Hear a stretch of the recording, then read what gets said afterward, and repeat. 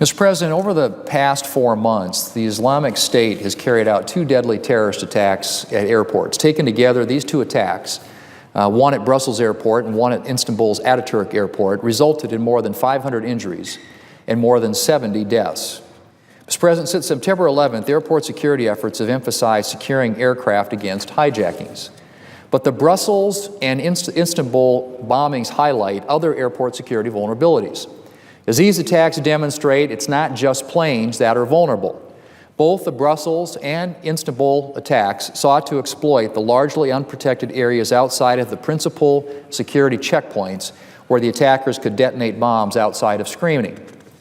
The large crowds of people who congregate in non-secured areas of an airport, like security checkpoints, check-in counters, and baggage claim, make appealing targets for terrorists who like nothing better than maximum loss of life with minimum effort. This week, the Senate will take up the Federal Aviation Administration Reauthorization Bill, which will directly address the vulnerabilities that were exposed by these attacks. The reforms in this legislation will help ensure that attacks like those that happened in Brussels and Istanbul don't happen at American airports. But while this bill has gained new urgency in the wake of the bombings in Istanbul and Brussels, the reforms in the bill are not a hasty response to these attacks. Instead, they are the product of months of Commerce Committee oversight of our nation's transportation safety agencies and extensive Commerce Committee analysis of airport security vulnerabilities. I'm proud that the bill that we're considering today is the most significant airport security reform bill that Congress has considered in a decade. Mr. President, as I've already mentioned, one problem that the Brussels and Istanbul attacks highlighted in great detail is the tempting terrorist target offered by large crowds of people in unsecured areas of airports. The FAA bill addresses that problem in a number of ways. For starters, this bill includes provisions to get more Americans enrolled in the TSA's PreCheck program. Expanding enrollment in PreCheck will reduce wait times at security, which will help reduce the size of crowds waiting in unsecured areas. The bill also directs the TSA to more effectively deploy its personnel during high-volume travel times to speed up wait times at checkpoints. It also requires the TSA to develop and test new security systems that will expedite the movement of passengers through security. Another important measure we can take to prevent attacks like those in Brussels and Istanbul is increasing the security presence in unsecured areas of airports. The FAA bill adds more prevention and response security teams, which often include K-9 units, and expands training for local airport security personnel so that airports are better prepared to deter and to respond to bombers or active shooter threats. Mr. President, increasing security at our nation's airports and expediting security checks will go a long way toward preventing terrorist attacks. But threats at U.S. airports are not only threats facing U.S. airline passengers. Americans travel internationally on a regular basis, and on their return flights, they depend on the quality of airport security in other countries. Part of protecting the traveling public is making sure that Americans traveling to other countries are safe when they return to the United States.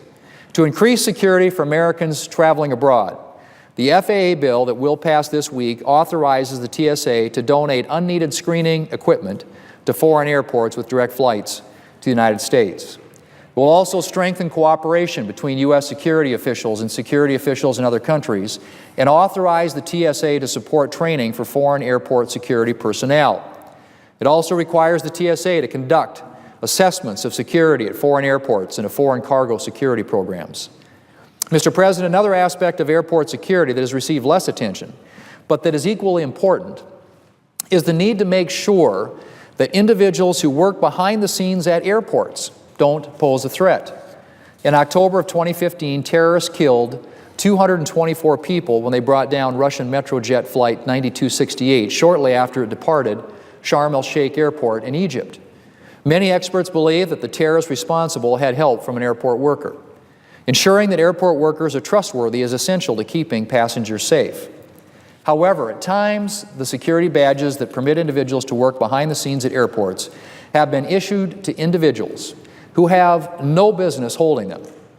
Right now in the United States, individuals with convictions for crimes including embezzlement, sabotage, racketeering, immigration violations, and assault with a deadly weapon can all obtain security badges granting them access to restricted sections of an airport.